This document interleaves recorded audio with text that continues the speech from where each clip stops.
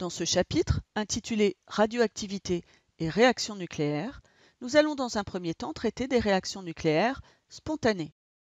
Dans la nature, la plupart des noyaux des atomes sont stables. Nous l'avons vu, cette stabilité est liée à l'interaction forte. Nous pouvons voir dans le diagramme ci-contre, appelé le diagramme de Segret, les différents noyaux stables représentés par des carrés rouges. Pour un même nombre de protons, nous pouvons nous rendre compte qu'il existe différents types de noyaux, possédant donc des nombres de neutrons différents. Il s'agit des isotopes d'un même élément chimique. Tous ces isotopes ne sont pas stables. La stabilité dépend de leur rapport N sur Z, de leur nombre de neutrons par rapport à leur nombre de protons. Les noyaux isotopes d'un même élément chimique qui sont instables se désintègrent spontanément. Ils émettent des particules et le plus souvent des rayonnements électromagnétiques. Cette désintégration radioactive, appelée également radioactivité, est une transformation spontanée au cours de laquelle un noyau pair se désintègre en émettant un noyau fils, une particule et un rayonnement électromagnétique. Cette désintégration radioactive respecte certaines lois de conservation appelées lois de Soddy. En effet, au cours d'une désintégration radioactive, nous avons conservation du nombre de charges, Z, et du nombre de masses, A. Voyons le cas d'une désintégration radioactive représentée par l'équation suivante, dans laquelle X serait le noyau pair, Y1 le noyau fils et Y2 la particule. Les lois de conservation s'énonceraient de la façon suivante. A, nombre de masses du noyau pair, est égal à la somme du nombre de masses du noyau fils A1 plus A2, nombre de masses de la particule. Il s'agit bien de conservation du nombre de masses. Et de la même façon, Z, nombre de charges du noyau pair, est égal à la somme des nombres de charges du noyau fils et de la particule. Nous avons ici conservation de la charge électrique. Il existe différents types de désintégration nucléaire en fonction du type d'instabilité du noyau. La désintégration alpha concerne notamment les noyaux instables comportant un grand nombre de nucléons. On parle de noyaux lourds. Un noyau lourd se désintègre en émettant un noyau plus léger, ici Y1, et une particule appelée particule alpha, qui correspond à un noyau d'hélium 4,2. Les lois de conservation nous permettent d'écrire les relations suivantes.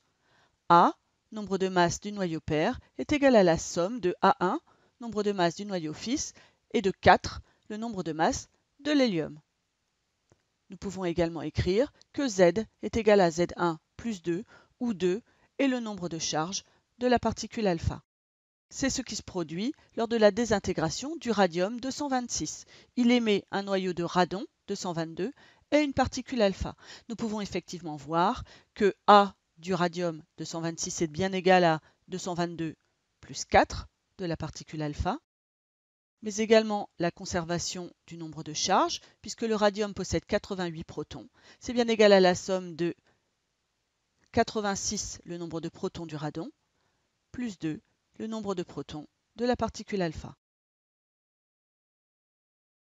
La désintégration β- concerne les noyaux instables par excès de neutrons par rapport à leur nombre de protons. Ils se désintègrent en émettant un électron, particule notée E, 0, -1.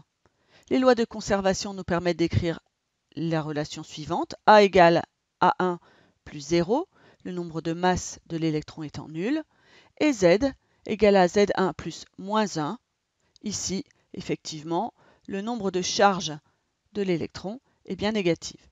C'est ce qu'il se produit lors de la désintégration du cobalt, qui émet un noyau de nickel et un électron. Les nombres de masse A du cobalt et du nickel sont bien identiques, puisque le nombre de masse de l'électron est nul. Le nombre Z du cobalt, 27, est bien égal à la somme du nombre Z du nickel, 28, et de -1, nombre de charges de l'électron. La désintégration β+ concerne les noyaux instables qui le sont par excès de protons par rapport au nombre de neutrons. Ils se désintègrent en émettant une particule identique à l'électron mais de charge opposée que l'on notera E0, 1 et qui s'appelle un positon, également appelé positron. Les lois de conservation nous permettent d'écrire les relations A égale à 1 plus 0 et Z égale à Z1 plus 1 étant le nombre de charges de cette particule chargée positivement. C'est ce qu'il se produit lors de la désintégration du sodium qui émet un noyau de néon et un positon. 22, nombre de masse du noyau père, est bien égal au nombre de masse du noyau fils, puisque le positon a un nombre de masse nul. Et le nombre Z du sodium, 11, est bien égal à la somme du nombre Z du néon, 10, et de 1, nombre de charges de la particule émise. Si le noyau fils obtenu est dans un état excité, il retrouvera son état fondamental et se désexcitera en émettant un photon de haute énergie, très pénétrant, appelé rayonnement gamma. L'équation de désexcitation s'écrira de la façon suivante. X étoile pour le caractère excité du noyau donnera X, noyau désexcité, plus le rayonnement électromagnétique gamma. La désintégration d'un noyau radioactif est inéluctable. Par contre, la date à laquelle cette désintégration aura lieu, elle, reste aléatoire. Pour un échantillon de noyau radioactif, on appellera activité notée A le nombre de ces désintégrations qui se produisent par seconde. L'activité est une grandeur qui s'exprime en becquerel, un becquerel étant égal à une désintégration par seconde. Pour un échantillon de noyau radioactif, l'activité dépend de la nature de l'échantillon, mais également de sa masse. C'est ce que nous pouvons voir dans le tableau suivant.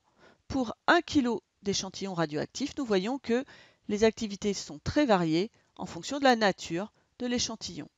1 kg d'eau du robinet ne présente qu'une activité de 1 à 2 becquerels. Pour 1 kg de granit, nous avons déjà une activité de 8000 becquerels, 8000 désintégrations par seconde. Le plutonium, quant à lui, présente l'activité la plus élevée ici, de 10 puissance 12 becquerels. Dans un échantillon de noyaux radioactifs, le nombre de ces noyaux radioactifs susceptibles de se désintégrer diminue logiquement au cours du temps. Nous pouvons également dire que l'activité diminue au cours du temps.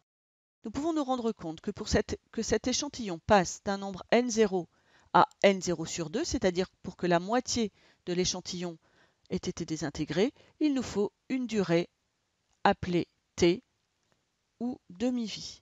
Cette demi-vie est définie comme étant la durée au bout de laquelle l'activité est divisée par 2. Elle peut également être notée T1 demi.